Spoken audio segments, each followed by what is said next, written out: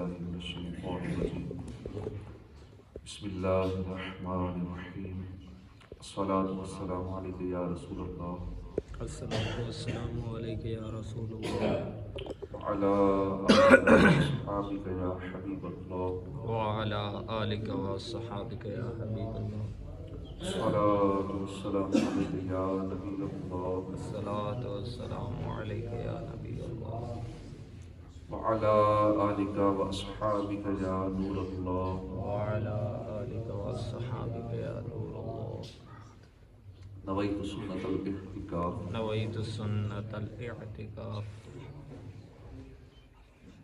فرمان آخری نبی صلی اللہ علیہ وآلہ وسلم، تم جہاں بھی ہو مجھ پر درود پڑھو، تمہارا درود مجھ تک پہنچتا ہے۔ صلو علی الحبیب صلی اللہ تعالی علی محمد صلی اللہ علیہ وسلم۔ بعض لوگوں کو مسواک کرنے سے خون آتا ہے، بلکہ ایسوں کا خون کھانے کے ساتھ پیٹ میں بھی جاتا ہوگا۔ اس کا ایک سبب پیٹ کی خرابی ہے۔ ایسے مریض کو قبض وغیرہ کا علاج کرنا ضروری ہے۔ وزنی بادی غذاؤں سے پرہیز کرے، کھانا بھوک سے کم کھائے، بے وقت کوئی چیز نہ کھائے۔ دوسرا سبب یہ ہے کہ دانتوں کی صفائی میں لاپرواہی کی وجہ سے غذائی اجزاء دانتوں اور مسوڑوں کے درمیان جمع ہو کر چونے کی طرف سخت ہو جاتے ہیں، جم جاتے ہیں۔ ان کو ٹارٹر کہا جاتا ہے۔ اس لیے دانتوں کے ڈاکٹر سے رجوع کیجیے۔ اس کے لیے اگر کوئی اچھا ڈاکٹر ہوگا وہ اگر کوئی اور بھی رکاوٹ نہ ہوئی تو ایک ہی وقت میں اسکیلنگ کر دے گا، ورنہ چند بار دھکے کھلا کے کہے گا دوبارہ آئیں پھر آئیں۔ پیسے بٹورنے کے چکر میں کئی چکر لگواتے ہیں ڈاکٹرز، پھر اسکیلنگ مکمل کرتے ہیں۔ صحیح طریقے پر مسواک کی جائے تو کبھی بھی دانتوں کی بیماری نہیں ہوگی۔ آپ کے دل میں ہو سکتا ہے خیال ہے کہ میں تو کئی سالوں سے مسواک کر رہا ہوں، ریگولر مسواک کرتا ہوں، ہر وقت مسواک میری جیب میں ہوتی ہے، مگر پھر بھی میرے دانت تو پیلے ہی ہیں، پیٹ بھی خراب ہے، دانت بھی خراب ہے۔ تو اس میں مسواک کا قصور نہیں ہے، قصور آپ کا اپنا ہی ہے۔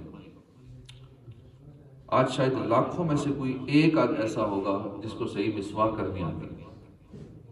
ہم اکثر لوگ جلدی جلدی دانتوں پر مسواک کو مل لیتے ہیں اور چل پڑتے ہیں، یعنی ہم صرف رسم میں مسواک کرتے ہیں، مسواک نہیں کرتے، ایک فارمیلٹی پوری کرتے ہیں۔ مسواک کی موٹائی چنگلیاں یعنی چھوٹی انگلی کے برابر ہونی چاہیے۔ مسواک ایک بالشت سے زیادہ نہ ہو ورنہ اس پہ شیطان بیٹھتا ہے۔ اس کے ریشے نرم ہو کہ سخت ریشے دانتوں اور مسوڑوں کے درمیان خلا کا باعث بنتے ہیں۔ مسواک تازہ ہو تو خوب، ورنہ کچھ دیر پانی کے گلاس میں بھگو کر نرم کر لیجیے۔ اس کے ریشے روزانہ کاٹتے رہیے کہ ریشے اس وقت تک کارآمد رہتے ہیں جب تک ان میں تلخی برقرار ہے۔ ہم ایک ہی بار ریشے بنا لیتے ہیں، کئی دن اس کو چلاتے ہیں، ایک مسواک کو ہفتہ ہفتہ دو ہفتے چلاتے ہیں، حالانکہ اس کو بار بار جب بھی مسواک کرنی آگے سے ریشے کاٹنے ہیں۔ دانتوں کی چوڑائی میں مسواک کیجیے۔ جب بھی مسواک کرنا ہو کم از کم 3 بار کیجیے، ہر بار دھو لیجیے۔ مسواک سیدھے ہاتھ میں اس طرح لیجیے کہ چنگلیاں اس کے نیچے اور بیچ کی 3 انگلیاں اوپر ہو، انگوٹھا سرے پر ہو۔ پہلے سیدھی طرف کے اوپر کے دانتوں پر، پھر الٹی طرف کے اوپر کے دانتوں پر، پھر سیدھی طرف نیچے، پھر الٹی طرف نیچے مسواک کیجیے۔ چت لیٹ کر مسواک کرنے سے تلی بڑھ جانے اور مٹھی بند کر کے مسواک کرنے سے بواسیر ہو جانے کا اندیشہ ہے۔ مسواک وضو کی سنت قبلیہ ہے، البتہ سنت مؤکدہ اس صورت میں ہوگی جب منہ سے بدبو آ رہی ہے۔ مستعمل یعنی استعمال شدہ مسواک کے ریشے نیز جب یہ ناقابل استعمال ہو جائے تو اس کو پھینکنا نہیں ہوتا، پھینکیے مت، یہ اعلی ادائے سنت ہے۔ اس کو کہیں ادب سے احتیاط سے کسی جگہ رکھیں یا دفن کر دیں یا کسی پانی وغیرہ میں، سمندر میں، دریا میں بہا دیں، لیکن جہاں بھی پھینکیں بے ادبی نہ ہو۔ کوئی بھی چیز کھانے یا چائے وغیرہ پینے کے بعد 3 بار اس طرح کلی کریں کہ ہر بار پانی کو منہ میں 1 آدھ منٹ تک اچھی طرح جنبش دیں، منہ میں پانی ڈال کے ہلاتے رہیں، اس کے بعد اسے نکالیں۔ جب بھی منہ میں کلی بھریں، جب موقع ملے تو کوشش کیا کریں جب بھی وقت ملے منہ میں پانی بھر لیں، کلی کرتے رہیں، چند منٹ اسے ہلاتے رہیں، پھر اگل دیں۔ یہ عمل اگر اکثر ہم کرتے رہیں گے تو اس سے کافی فائدہ ہوگا، منہ کی صفائی اچھی طرح ہو جائے گی۔ اور اگر سادہ پانی کی بجائے اس میں تھوڑا نمک ڈال لیں تو اس سے اور فائدہ ہوگا۔ نمک ڈال کے اس سے جراثیم بھی مرتے ہیں، گلے کے جو جراثیم ہوتے ہیں لاکھوں کی تعداد میں جراثیم نکلیں گے۔ اگر آپ اس سے دیکھیں نا ٹیلیسکوپ سے کہ جب غرارے کرتے ہیں تو کتنے گلے کے جراثیم جو نقصان پہنچاتے ہیں، کبھی گلا خراب، کبھی کھانسی، نزلہ، زکام، یہ چیزیں ہوتی ہیں، بخار بھی اسی سے ہو جاتا ہے جب گلا خراب ہوتا ہے۔ تو روزانہ ہو سکے تو غرارے کریں، اس میں نمک ڈال کے کریں گے تو ذرا اور منہ کی صفائی، منہ کی جراثیم مریں گے اور گلے کے جو جراثیم وہ مریں گے۔ اگر پابندی سے کریں گے تو انشاءاللہ دانتوں کے درمیان اٹکے ہوئے غذا کے اجزاء دھل دھل کر نکلتے رہیں گے، نہ وہ مسوڑوں میں ٹھہریں گے کہ سڑیں، کیونکہ مسوڑے میں جب کچھ ذرات رہ جاتے ہیں وہ سڑتے ہیں، گلتے ہیں، اسمیل پیدا ہوتی ہے، ٹارٹر بن جاتا ہے، جم جاتے ہیں، اور خون کی شکایت بھی انشاءاللہ پھر نہیں ہوگی، کیونکہ مسوڑوں میں جب کچھ جمے گا ہی نہیں، ٹارٹر نہیں بنے گا تو خون کا مسئلہ بھی نہیں ہوگا۔ کئی لوگ خلال کرتے ہیں تو ان کا خون آنا شروع ہوتا ہے، اس کی بھی یہی وجہ ہوتی ہے کہ ٹارٹر جمع ہوتا ہے، سارا گند، غذائی اجزاء جمے ہوتے ہیں، اور جیسے وہ جمے ہوئے اس سے چھڑاتے ہیں تو خون نکلنا شروع ہو جاتا ہے۔ تو ریگولر صفائی رکھیں گے تو خون کی شکایت بھی نہیں ہوگی۔ زیتون شریف کا تیل دانتوں پر ملنے سے مسوڑے اور ہلتے ہوئے دانت مضبوط ہو جاتے ہیں۔ خالص والا زیتون کا تیل، اس کو بھی دانتوں پہ ملتے رہیں، مسوڑوں پہ ملتے رہیں۔ منہ کی بدبو کا علاج، اگر منہ میں بدبو آتی ہے تو ہرا دھنیا چبائیے، نیز گلاب کے تازہ یا سوکھے ہوئے پھولوں سے دانت مانجنے سے بھی انشاءاللہ بدبو دور ہوگی۔ ہاں اگر پیٹ کی خرابی کی وجہ سے بدبو ہے تو پھر اس سے نہیں ہوگی، منہ کو جتنا مرضی دانتوں کو مانجے، کیونکہ وہ بدبو بعض اوقات اندر سے نکل رہی ہوتی ہے، معدے سے، تو اس کے لیے پھر کم خوری، کم کھانا، یہ اس کا علاج ہے۔ بھوک کی برکتیں لوٹیے، اس بدبو کا یہ علاج ہے جو اندر سے نکلتی ہے۔ تو انشاءاللہ ٹانگوں اور بدن کے مختلف حصوں کے درد، قبض، سینے کی جلن، منہ کے چھالے، بار بار ہونے والے نزلہ، کھانسی، گلے کے درد، مسوڑوں میں خون آنا، اور اس کے علاوہ بہت سارے امراض کا ختم ہو جائے گا، منہ کی بدبو بھی ختم ہو جائے گی۔ بھوک سے کم کھانے سے 80% امراض ویسے ہی ختم ہو جاتے ہیں۔ اس کی تفصیلی معلومات کے لیے امیر علیہ السلام کی کتاب پیٹ کا قفل مدینہ، اس کا مطالعہ کیجیے۔ اگر نفس کی حرص کا علاج ہو جائے تو کئی امراض خود ہی ختم ہو جائیں۔ ہماری بہت ساری بیماریاں نفس کی حرص کی وجہ سے ہوتی ہیں، یہ بھی کھا لوں، یہ بھی کھا لوں، پھر دبا کے کھا لوں، زیادہ کھا لوں، پھر موقع ملے نہ ملے تو پھر خاص کر 3 ٹائم۔ اصل طریقہ کار یہ تھا مسلمانوں کا شروع سے 1 وقت کا کھانا، پھر نئی جو بدعت شروع ہوئی وہ پھر 2 وقت کا، 3 وقت کا شروع ہو گیا، بعض ممالک میں 5 ٹائم کھایا جاتا ہے، اور ہم کئی بار کھاتے ہیں، 2-3 ٹائم نہیں، کیونکہ ہم کئی چیزوں کو کھانے میں شمار نہیں کرتے، چاہے بسکٹ کو کھانے میں شمار نہیں کریں، کھجوریں کھا لی کھانے میں شمار نہیں، حالانکہ 1-2 کھجوریں کھا لی وہ کھانا ہو گیا، اسے کھانا کہتے ہیں۔ جو ہے نا صبح شام صبح سحری کرنا سنت ہے، رات کو کچھ کھانا سنت ہے، اس سنت سے مراد ہے کہ 1-2 کھجوریں کھانا، یہ نہیں کہ 2-4 روٹیاں کھانا، وہ سنت ہے۔ 1-2 کھا لی صبح، کھانا ہو گیا۔ رات کا سنت پوری کرنی ہے کہ کچھ کھائیں، کمزوری نہ ہو، بڑھاپا دیر سے آئے تو 1-2 کھجوریں کھا لیں، وہ بھی کھانا ہو گیا۔ ہم پکوڑے، سموسے، چاٹ، دہی بھلے، یہ ساری چیزیں کھانے میں شمار نہیں کرتے۔ فروٹ کھا لیا، اسے کھانے کہتے، کھانا بھی نہیں کھایا، کھانا رہتا ہے۔ تو باقی جو کے اندر جا رہا ہے وہ کھانا نہیں، شمار ہی نہیں کرتے۔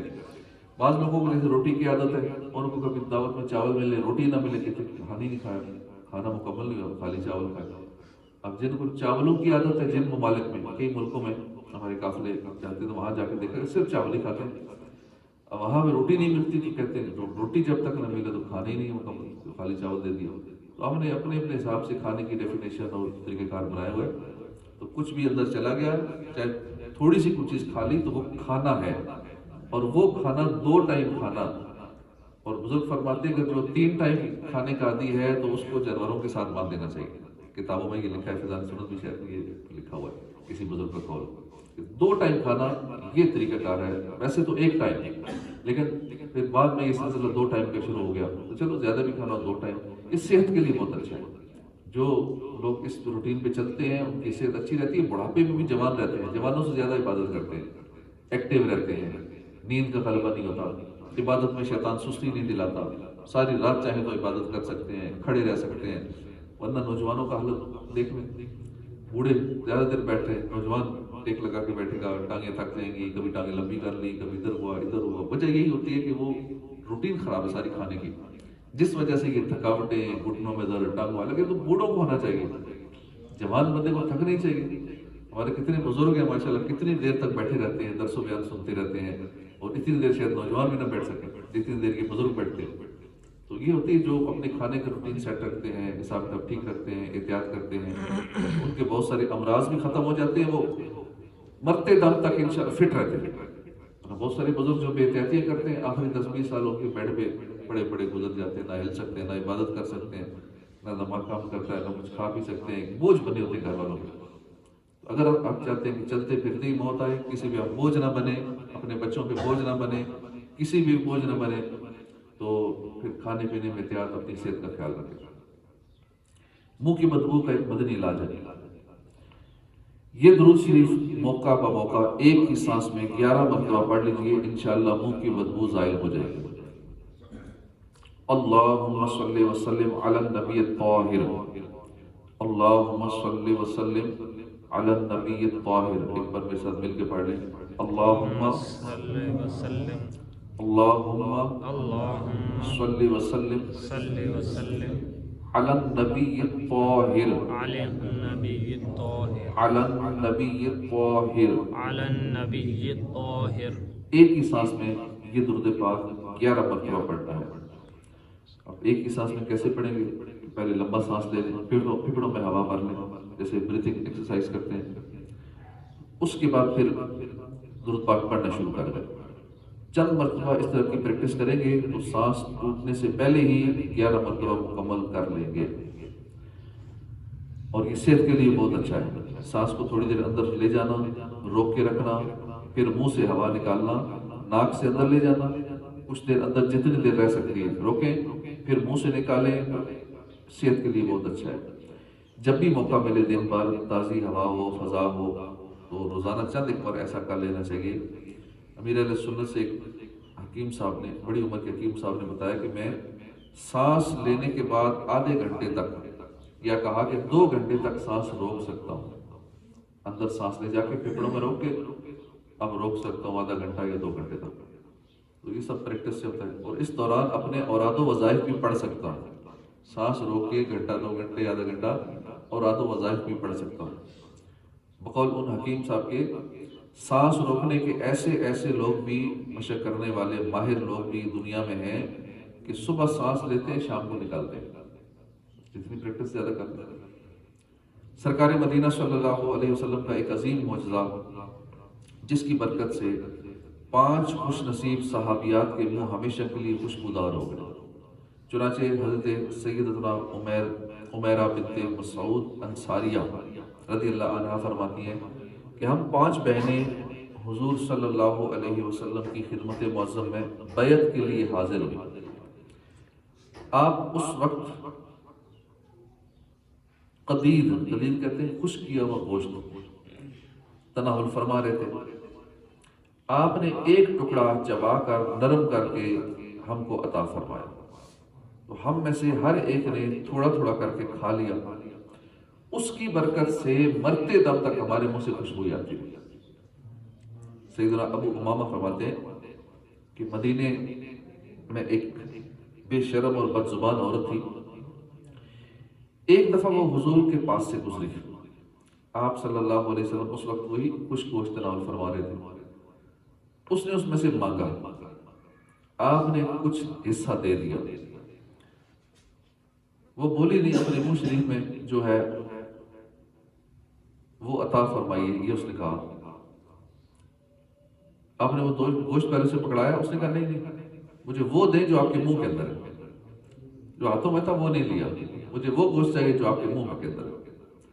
آپ نے اپنے دہن مبارک سے تھوڑا سا نکال کے اس کو دے دیا۔